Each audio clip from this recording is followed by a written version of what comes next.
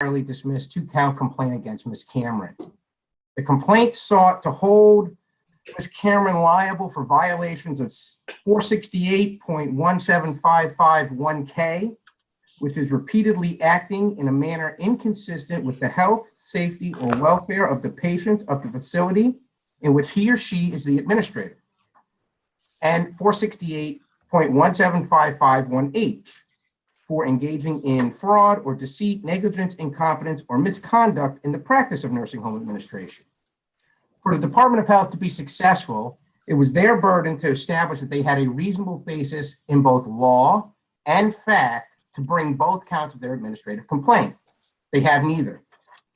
When we look at 468.17551K, which concerns acting in a manner inconsistent with health, safety, and welfare of the patients of the facility in which he or she is the administrator, the Department of Health raises three arguments. And first, they argued that there's nothing in either Chapter 468 or Chapter 400 that prevents the Department of Health from prosecuting multiple nursing home administrators as the administrator of the facility. Now, the court may ask, why are we looking at Chapter 400?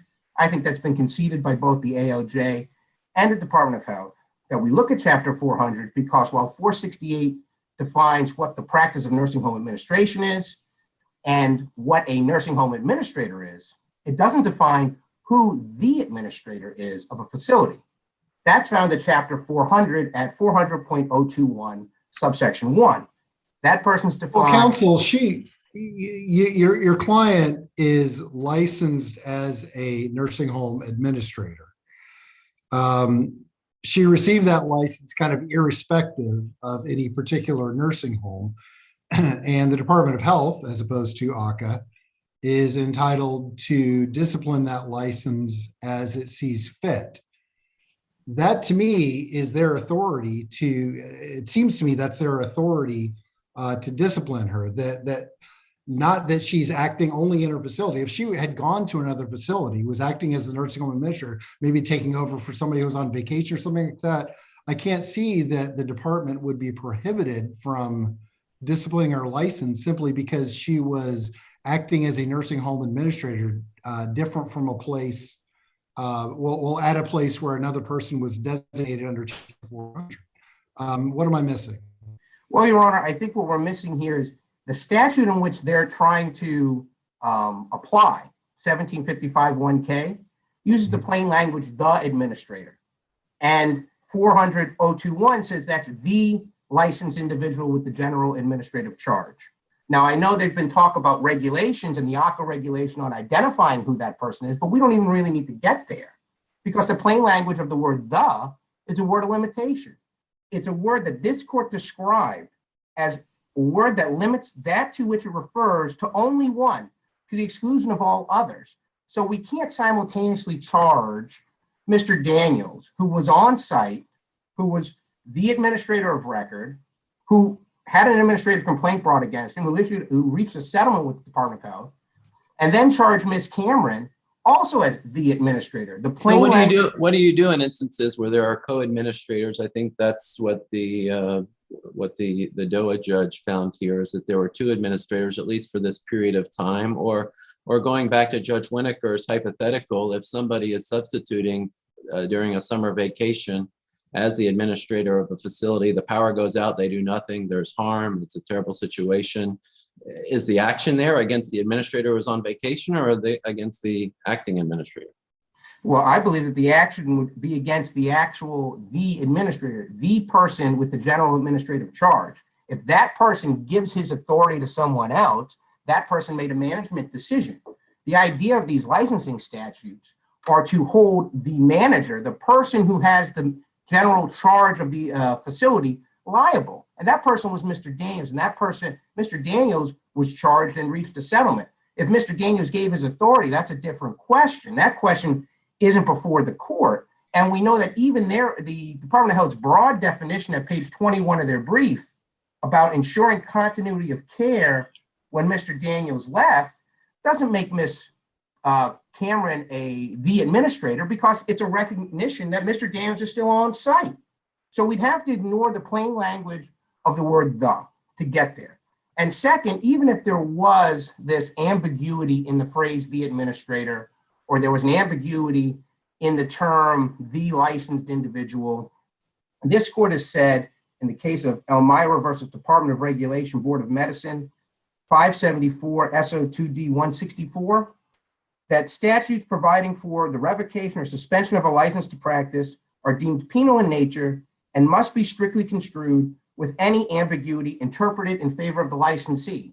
So if the phrase "the administrator" is somehow ambiguous and includes the administrator and somebody in apparent authority, the tie, using a baseball phrase, tie has to go to the runner. It has to go to the licensee because these are penal licensing statutes. Now you acknowledge that she was signing requisition orders as at least the regional administrator, and also including her, I guess, her licensed title. I forget what the 3-letter designation was, but she was signing that on behalf of this facility. So she was holding herself out in some sense as the administrator during. Well, this I think period. that goes to. I'm sorry, Your Honor, we finished. I didn't mean to. During this period of time, at least. Well, Your Honor, I think that goes to count one, not so much count two as the administrator, where we're talking really more about the practice of nursing home administration. And that goes to the definition of what the practice of nursing home administration is. I think there's two parts of that definition, and the Department of Health gets it wrong on both ends. It's not just simply somebody holding a license as a nursing home administrator who's working in a facility. If we had every employee hold that license, it wouldn't make every employee the administrator. It wouldn't mean that every employee was engaged in the practice of nursing home administration. You have to do two things. First, you have to be performing services that require nursing home administration, education, training, and experience. And when we look at the evidence and we look at some of the reasons the AOJ held, some of these reasons would be merely incidental. It would be expanding that topic. Things like meeting with staff or physically sitting in an office or ordering supplies when we know a half a dozen people ordered supplies for this facility. The Department of Health. Did they also sign themselves as being the administrator and use their license designation? Well, they signed, Ms. Cameron, to the extent she signed any document, she signed as regional administrator, which is not defined under the law, and it isn't defined in statute. And under the plain language of the statute, we don't think a regional administrator could even qualify as the administrator because by definition, regional wouldn't mean the individual person at the individual facility with the general administrative charge. Under that logic, the Department of Health could charge any supervisor of a nursing home administrator. What does it mean that she used the NHA designation when she signed those requisition orders? Why did she do that? What was she communicating by using NHA? Judge, I'm not sure. I don't think that issue was raised below as to what the NHA symbol meant, and I'm not sure that the Department of Health raised that issue in their brief, and the AOJ relied on it. We know that they argued below, and they brought to the probable cause panel the position that she's here for continuity of care after Mr. Daniels leaves, and that she has this term from the company or a related company called regional administrator, not that she was the actual administrator. I think they concede she's not the administrator of record. The only reference. Well, she says regional NHA, which I guess means nursing home administrator. Correct, that she's a regional. She was the regional administrator for multiple facilities, not that she's the actual administrator for the facility. And that's I think where the problem lies, because we have what the Department of Health has said is, well, the Department of Health regulates doctors and nurses inside a nursing home. Nothing stops them from doing that. And that's a fair point. I would concede that, but that's not really what we have here.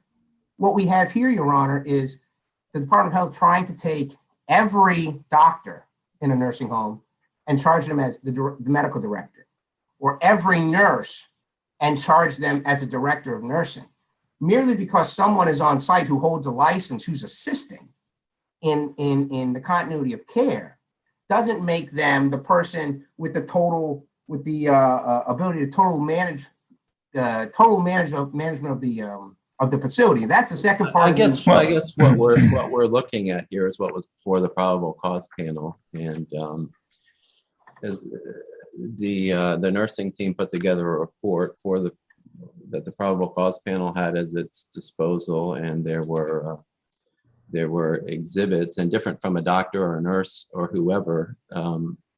What I understand the probable cause panel had before it was that Ms. Cameron was holding herself out to be an administrator using the office. We have these requisition orders, and there are various indices that she was acting as the administrator, at least during this period of time where the existing administrator was also on his way out, as I understand it. And so the indices of acting as the administrator are certainly, for purposes of a probable cause panel, I understand the way things developed, but for purposes of the probable cause panel, I'm not sure how I can see it differently than the DOA judge. Well, I think we want to segregate out the counts, and when we look at evidence, we're talking about the practice of administration. And what we have to do now is the Department of Health, or excuse me, the AOJ had to have competent and substantial evidence. And it goes back to the definition. Merely ordering supplies, when we look at the receipts, the invoice orders that Ms. Cameron sent out, those are sent out by the landlord, those are sent out by secretarial staff, those are sent out by Ms. Cameron. Those are not something that would qualify as a service requiring nursing home education, training, and experience. I think that's the part that the AOJ missed. The part that the AOJ misses, and I think the Department of Health respectfully misses, including the probable cause panel, is just because it walks like a duck doesn't mean it's not a platypus, okay? And the definition defines a duck very specifically. It's not just that it walks like it, it's that it needs education, training, or experience to service its being provided. Well, counsel, what I'm trying to understand is, so going back to, from the perspective of the probable cause panel at the time, under the circumstances, they have an investigative report that suggests, Ms. Cameron's on site, and at the same time, the investigators observe a whole lot of stuff aside from the COVID stuff. There's urine in the bed and some other foul-smelling stuff and some other issues. And one, they're looking at it at the time, and if their job is to protect the residents, why wouldn't they be justified in at least going forward initially based on what they saw at that moment? And, you know, the way to find out whether your client is a regional administrator, I think you'd have to go to the website of the facility as opposed to reading the license itself.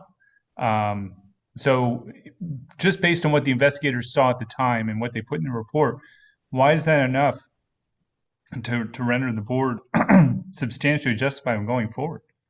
Well, I think, and I guess I'll conclude on this. I think that the issue becomes the quality of the evidence they had, as we detail in our brief. And I see my time is expiring. I have a minute left. I'd like to save some for rebuttal. So I'll rely on my brief as to the evidentiary deficiencies.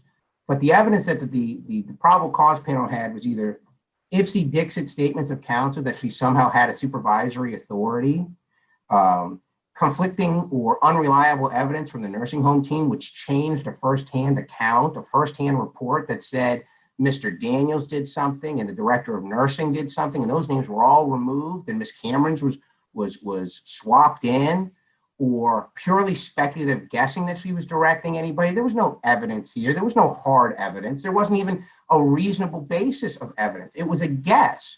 So just because things look bad doesn't mean everything's substantially justified. We have to be bound in the terms of our definition.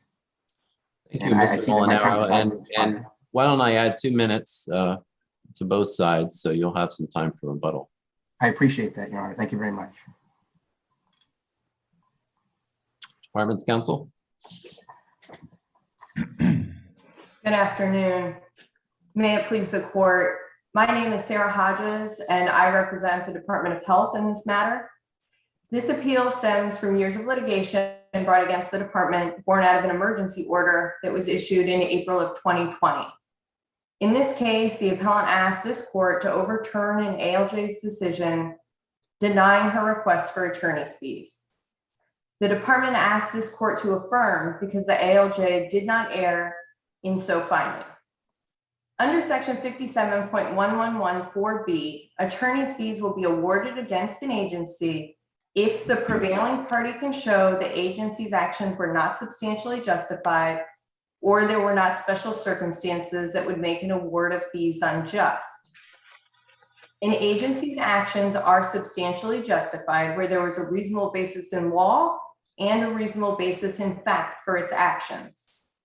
As to the reasonable basis in fact, the department provided the probable cause panel with an investigative report, a supplemental investigative report, and the appellant's response to the file, in all three of which detailed the appellant's actions in directing staff, ordering and distributing supplies, communicating on behalf of the facility, and generally acting as though she had the administrative charge of the facility in question.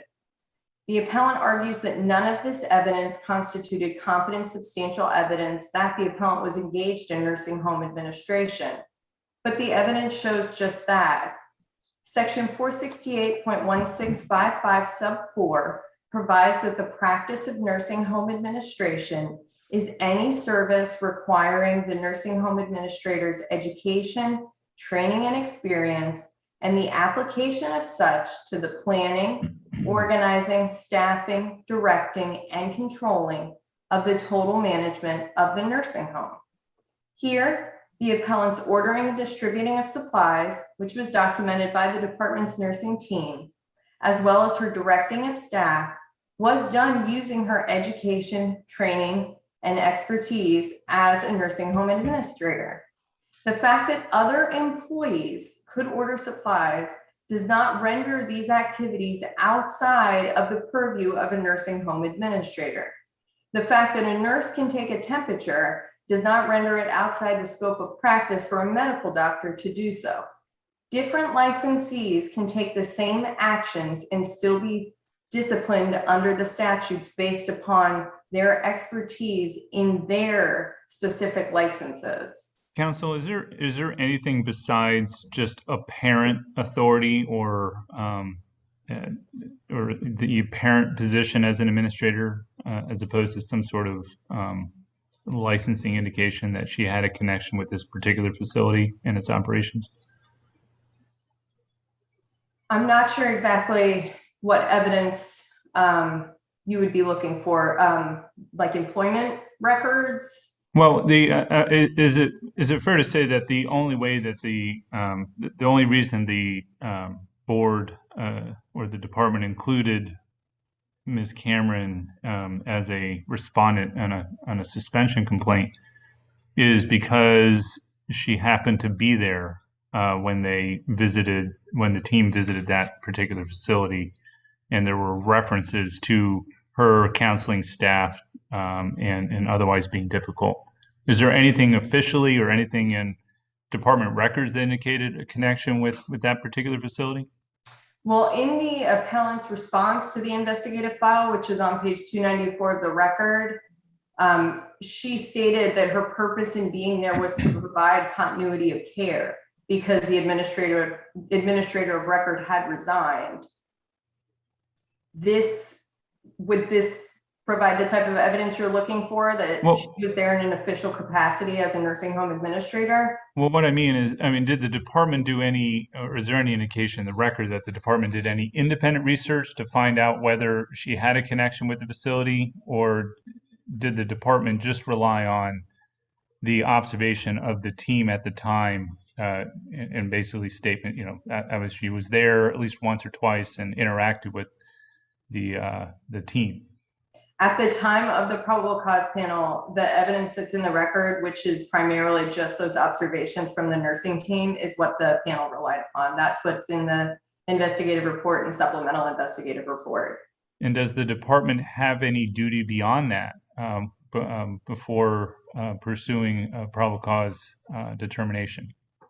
Well, the department's duty at the time of the probable cause panel is to present a legally sufficient case to the panel and for them to then decide if there is probable cause of a disciplinary violation. And in this case, there clearly was probable cause. There was a reasonable basis in fact and a reasonable basis in law for them to believe that the appellant had violated those statutes that were charged in the administrative complaint. And you say that basically because she's a licensee, and presumably as a licensee, you have a general responsibility with respect to any nursing home that you have a connection with to facilitate care and make sure it's safe, even if you're not officially assigned to that particular facility. Is that Yes, point? the circumstances in this case are unique. It was an emergency situation. The nursing home administrator at that facility had just resigned. She was there to ensure continuity of care. In doing so, because she was caretaking, the department had to regulate her behavior. And in so doing, it determined that she violated the disciplinary statutes that govern her license. Additionally, Section 468.16554B provides that a person shall be construed to be practicing nursing home administration who holds herself out to be a nursing home administrator or in any other way represents herself to be a nursing home administrator. So this really does, this case really does depend on the facts on the ground. And so a situation may be more far-fetched where a licensed nursing home administrator happens to be driving by a facility that's on fire, runs in to help evacuate people, proclaims to everybody, hey, I'm an administrator, listen to me, do this, this, this, this. That would be somebody who, by doing that, could bring themselves within the disciplinary regime because of the facts. They don't have an official connection, but they're licensed and they happen to be on site making decisions. Yes, if the licensee was holding themselves out as the administrator of that facility and was practicing nursing home administration in the context of the total organization of the facility, then their license would be disciplined under the disciplinary statutes. Counsel, can you address, appellant's counsel made a point about kind of strict statutory construction regarding 1755K, where it says the facility in which he or she is the administrator. And of course, you know what he means by that, the word "the" implies one and only one person. Do you consider that an accurate, inaccurate description of what that statute means? And while you're at it, he also mentioned that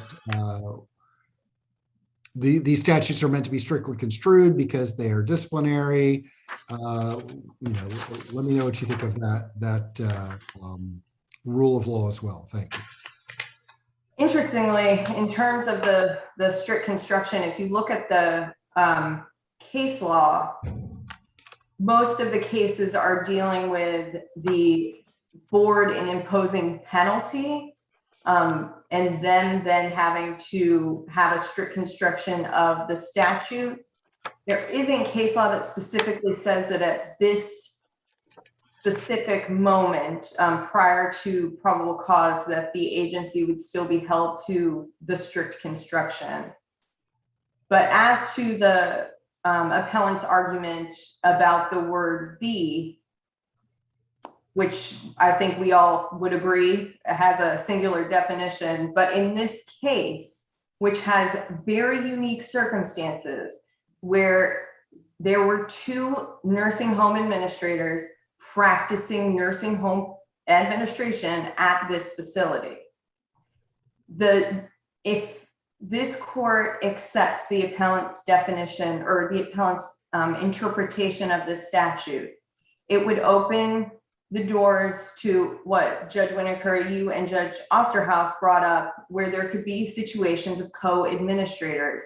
And even if both of those administrators were practicing nursing home administration, only one of them could be found to have violated the disciplinary statutes, which would pose a danger to the citizens in nursing homes in this state. The appellant's primary argument is that, excuse me, is that she could not have been practicing nursing home administration because she was not the administrator of record. But a licensee need not have been designated as the administrator of record by ACA for the department to then discipline that administrator's license. There's no language in the department's disciplinary statutes that limits disciplinary action to only those acting as the designated administrator with ACA. The fact that the ACA statutes and rules require a facility to designate an administrator does not then exempt any other licensee practicing nursing home administration at that facility from discipline. The evidence in this case shows that the appellant was one of 2 nursing home administrators at that facility. The evidence shows that the appellant was practicing nursing home administration while the nursing team was at the facility. Because there was competent substantial evidence to support the ALJ's findings of fact that the department had a reasonable basis in law and fact to file an administrative complaint, this court should affirm. Counsel, take away the, let's subtract the couple mentions in the investigative report about the urine, and just let's just focus on the COVID stuff. At the time, there seemed to be a ton of uncertainty as to what was the right course, and maybe some would consider the department's response in particular at this facility as being overkill or heavy-handed. Is it the department's position, though, that the nursing home or Ms. Cameron had no authority to disagree with the agency or feel like they're, engaging in heavy-handed tactics under the circumstances? Certainly not, but that she was not charged with disagreeing with the department. She violated the disciplinary statutes. In what specific way, from your perspective? Well, in this case, she refused to put in place the recommendations from the department's nursing team, all of which were developed in order to keep those nursing home residents safe, since they were at such a high risk of death and further complications from COVID. Well, one of the reasons they asked, so there's a bunch of mention about masks, for instance. As it turns out, that's not even an effective approach. And so Ms. Cameron at the time, let's say she disagreed at the time and thought that there are other ways to ensure the safety of the residents. Is it a disciplinary infraction for her to disagree with what the department thinks is the proper way to deal with a pandemic or a virus like COVID, where no one had accurate information at the time as to how to deal with it? Well, the information that the department was working with at that time, she refused to implement, and not only refused to implement masking, but there were other ways that they could protect those residents that they did not do. They were not properly isolating them. The standard of care at that time was rejected by Ms. Cameron. Right, a standard of care that didn't exist 3 months earlier than that, right? I mean, in Correct. 2019, there was no standard of care to deal with it. So basically, the department comes in, makes it up on the fly, and then is expecting Ms. Cameron to fall in line, and she's not even the official administrator. She happens to be on site, and the department's coming at her with all this new standard of care and attacking her for not immediately and fully complying. Well, as this was an emergency situation in which there were people who were dying It seems that the department's actions in trying to push forward to keep people safe, even if they may seem 2 years later to be overbearing, that does not then give her the right to violate the disciplinary statutes that her license is governed by. But if you're going to hold her accountable, so going back to I guess the standard of care for any licensee, is it generally the case then that for any department licensee, they must follow 100% whatever the department says about a standard of care? Is that If the department has, and it's not actually the department, it would be the board that regulates that profession. The board, right. If they have promulgated rules that set out what the standard of care is for that profession, if that licensee violates those rules, it violates the standard of care, they violated the rules, and they'll be disciplined for that. And so in the first half of 2020, those rules, I'm assuming they were emergency rules? Correct. And they were published and all the licensees were given training on how to implement those? From what the record says, this facility had done the training for PPE and other COVID compliance measures. Sure, but was Ms. Cameron there at the time when that training was done?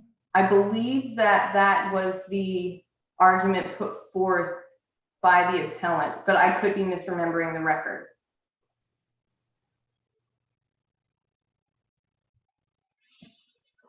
If this court has no further questions, the department would ask that they affirm the ALJ's order denying the request for attorney's fees. Thank you. Thank you. Mr. Molinaro. Thank you, Your Honor. Briefly, I think the Department of Health conflates 1K and 1H. If we look at page 28 of their brief, it becomes clear because they say, yes, the means the, they concede it, but they say not here because there's a practice of nursing home administration. At page 28, they rewrite the statute completely to say that it provides for discipline if a licensee repeatedly acts in a manner inconsistent with the health, safety, and welfare of the patients of the facility in which she was engaged in the practice of nursing home administration. So they're rewriting the statute to try and upcharge Ms. Cameron with 2 violations. There's nothing, I don't think I disagree from a 30,000-foot view that the Department of Health has the ability to regulate Ms. Cameron. I think that would be checking my common sense at the door. But it doesn't mean they can regulate her under 1K as the administrator. They've rewritten the statute to get there.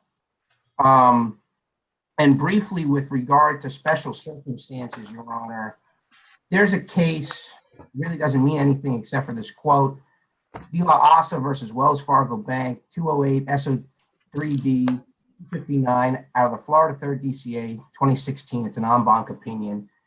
And they say a judge is not required to check his or her common sense in the roving room. But that's what the Department of Health asks you to do. They ask you to do it with regard to special circumstances. They ask you to find that even if they didn't have a reasonable basis, that there's some special circumstances here because this court, they relied on this court's opinion and Cameron won. Unless they're clairvoyant, that's not possible because the complaint was issued 4 months after or before the opinion. And they ask you to check your common sense at the door regarding the most basic principle. They didn't tell you today, they didn't say it in their brief, they didn't say it below. When the Department of Health wants to communicate with every nursing home in this state, and they need to communicate on an emergency basis with the administrator, where do they go? They go to the records that are found and required to be held by ACA that identify the administrator, the person with the general administrative charge of the facility. Thank you. Thank you, Mr. Molinaro. This is the only case we have on our Zoom docket today, so we will be adjourned. Thank you, counsel. Thank you, Your Honors.